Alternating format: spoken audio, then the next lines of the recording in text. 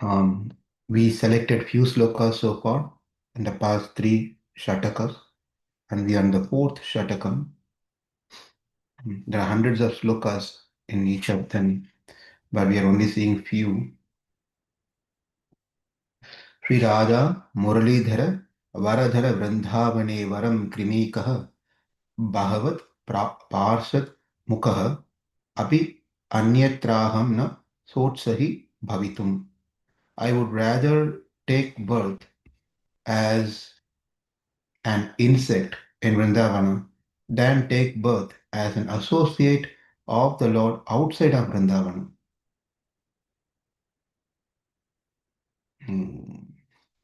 Repeat. I would rather take birth as an insect in Vṛndāvan than take birth as an associate of the Lord outside of Vṛndāvan. It's comparing the association of Krishna and association of Vṛndāvan. And Prabodhananda saying that being associated with Vṛndāvan, even in the state of a insect, is much better and greater. Vṛndāvana guna vṛndhāne anisham amandhanurāghena yo varnayati samakarnayati harimso adamarnayati. Yeah. Lord Sri Hari certainly becomes indebted to one who hears or glorifies the transcendental qualities of Vrindavan with intense attachment. So, past few weeks we've been reading about glories of Vrindavan, the importance or benefit of hearing is Lord Hari certainly becomes indebted, whether you're reading or whether you are glorifying or whether you are hearing. What happens is that Sri Hari certainly becomes indebted to one who hears or glorifies the transcendental qualities of Vrindavana with intense attachment. Radhapati Rati Ranjita Nikunja Bhavane Vane Parame Śrī Vṛndāvana-dhāma Pranayam Samasta Guna Simni. Just repose your love in the groves of Vrindavana, which are the reservoirs of all transcendental qualities, because the beloved Lord of Śrī Rādhā enjoys his pastime within these groves.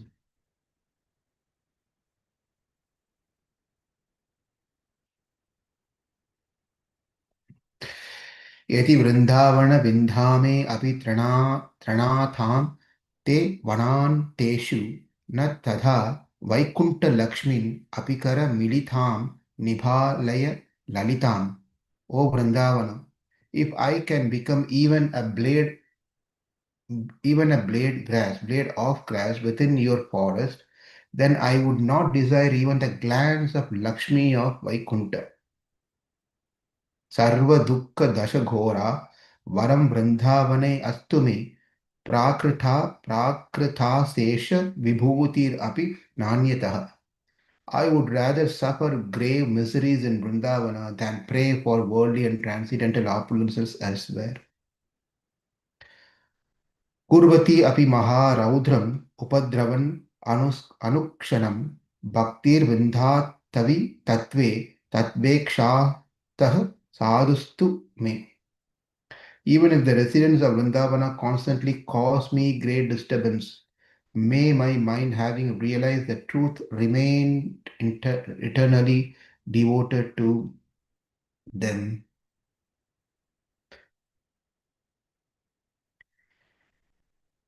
Pashur eka kaha ekas Tranam eka ranur ekava Shyama rasabdha vanye Vrindharanye bhavami aham danyaha.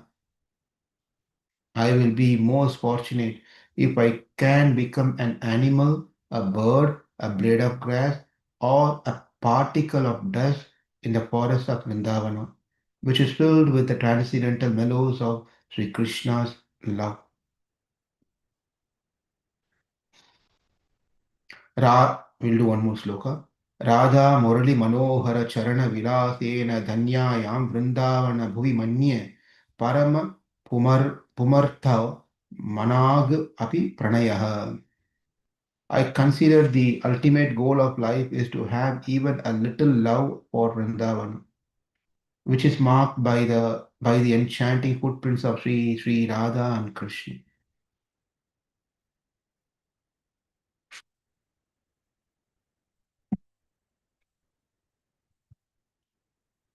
The glories of Radha Nama in the Tavavali, Srila Raghunath Das Goswami addresses his tongue. If you are really hungry, then take Sri Radha's name, which is like fresh, aromatic, intoxicating honey. Then mix it with Krishna's name, which is like wonderfully sweetened condensed milk, and the heady fragrance of saffron, cardamom, and a pinch of camphor, and then constantly drink this nectar with passionate enthusiasm. Some of the previous acharyas exclusively stress the name of Śrīmatī Rādhārāṇī. Here, Prabodhananda Saraswati Thakur says, millions of the best methods of regulated devotional practice become as rejectable as garbage for one who daily absorbs himself in hearing and chanting the name of Radha. Worshipped in Vraja Mandala by hundreds and hundreds of charmingly playful gopis, each endowed with the divine characteristic of millions of Lakshmis, is the indescribable supreme effulgence known by the sweetest name of Radha. Just as Sri Krishna is the possessor of infinite divine energies displayed in their highest perfection, Sri Radha is the embodiment of these divine energies in their most developed form. Śrīmatī Rādhārāṇī is the full power, and Lord Krishna is the possessor of full power. The two are non-different. Śrīmatī Rādhārāṇī is the ultimate source of the endless divine energies of Sri Krishna. The relationship of Radha and Krishna is that of inconceivable one and difference. They are in essence one and the same entity, but they assume two distinct forms to enjoy transcendental loving pastimes.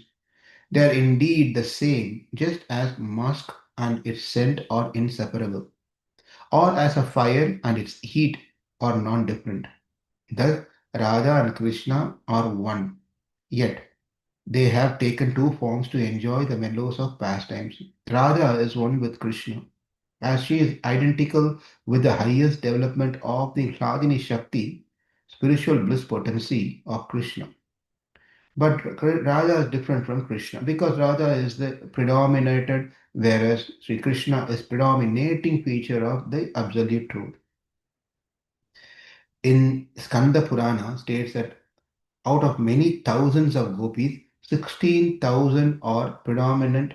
Out of these 16,000 gopis, 108 are especially predominant, and out of 108 gopis, 8 are still more prominent. Out of 8 gopis, Radharani and Chandravali are prominent, and out of these two gopis, Radharani is the most prominent because Radha possesses all the charm and sweetness. She is the better of the two. In the Shruti Shastra, Radharani is known by the name Gandharva Devi. Srimati Radharani considers Sri Krishna millions and millions of times more dear than her own life's breath.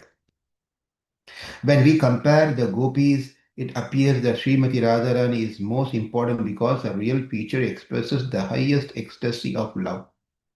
The Mahabhava, ecstasy of love, experienced by the other gopis cannot be compared to that of Sri Radha.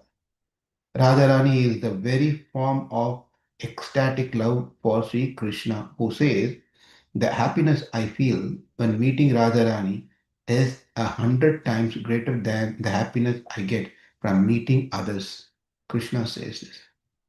Srimati Radharani is the beloved consort of Krishna, and she is the wealth of Krishna's life. Without Radharani, the gopis cannot give Krishna pleasure. Among all the gopis, Srimati Radhika is the foremost. Radharani surpasses all in beauty, good qualities, in good fortune, and above all is love. Last paragraph.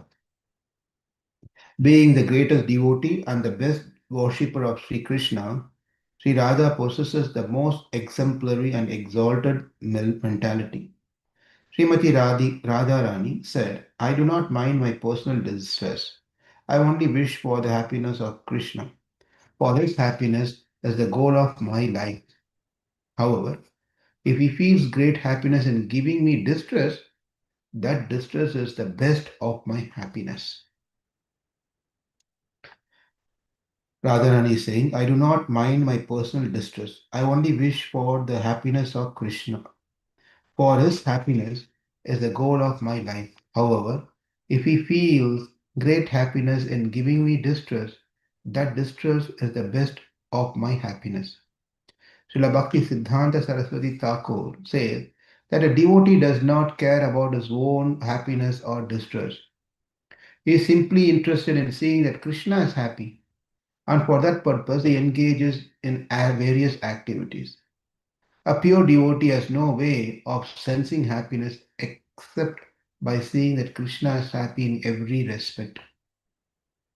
If Krishna becomes happy by giving him distress, such a devotee accepts that unhappiness as the greatest of all happiness.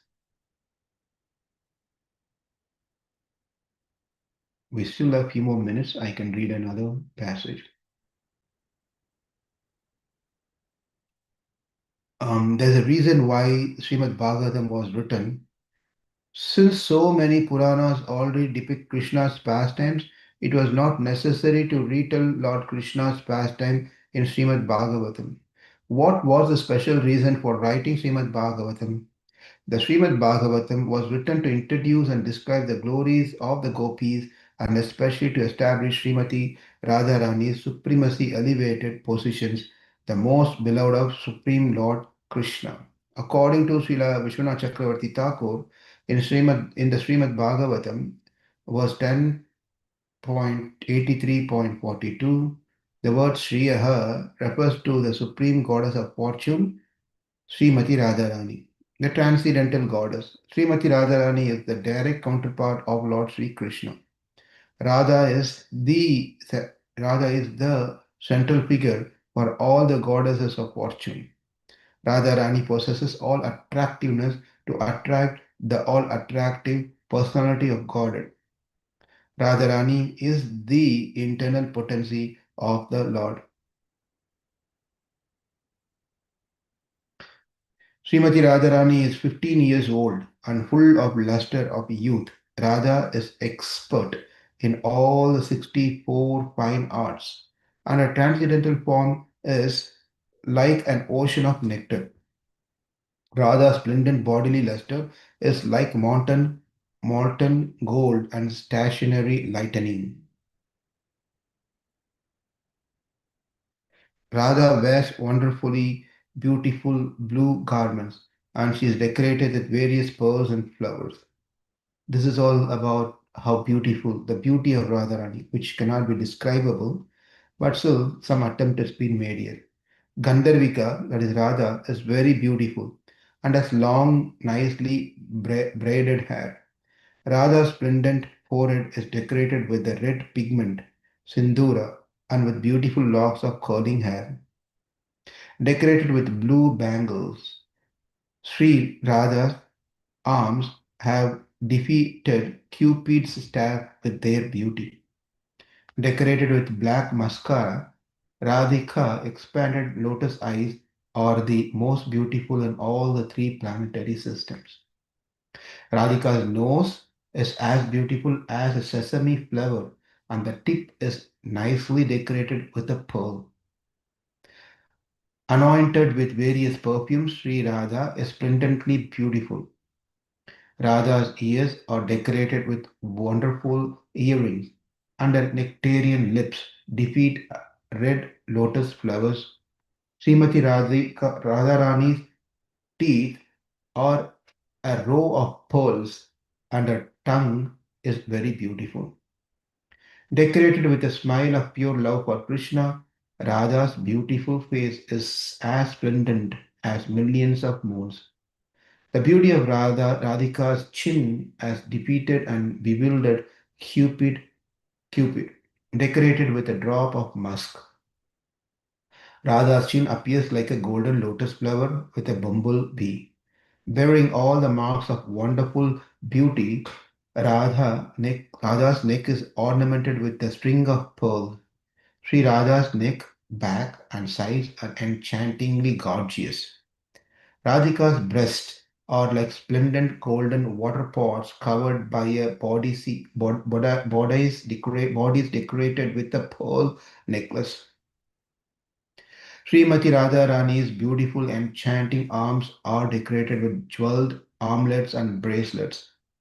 Radha's hands are two red lotus flowers illuminated by the series of moons that are her fingernails.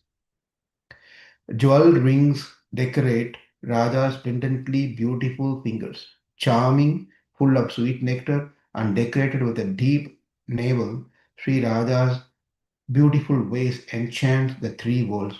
Radhika's sloping hip lead to her charmingly beautiful cylinder waist, which is bound by a creeper of three beautiful folds of skin and decorated with a sash of tingling bells. Last paragraph. As beautiful as two exquisite plantain trees, Sri Radha's thighs enchant the mind of Cupid. Sri Radha's beautiful knees are two reservoirs filled with the nectar of various transcendental pastimes. Radha's beautiful feet are decorated with jeweled ankle bells, and her toes with toe rings as beautiful as the treasure of Varuna.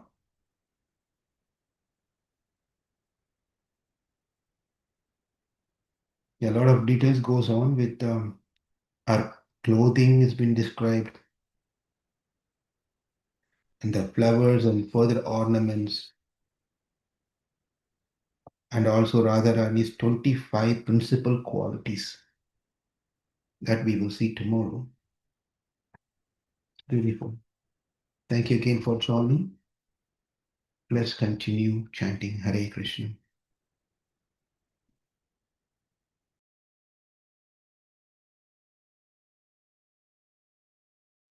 Hare Krishna. Thank you.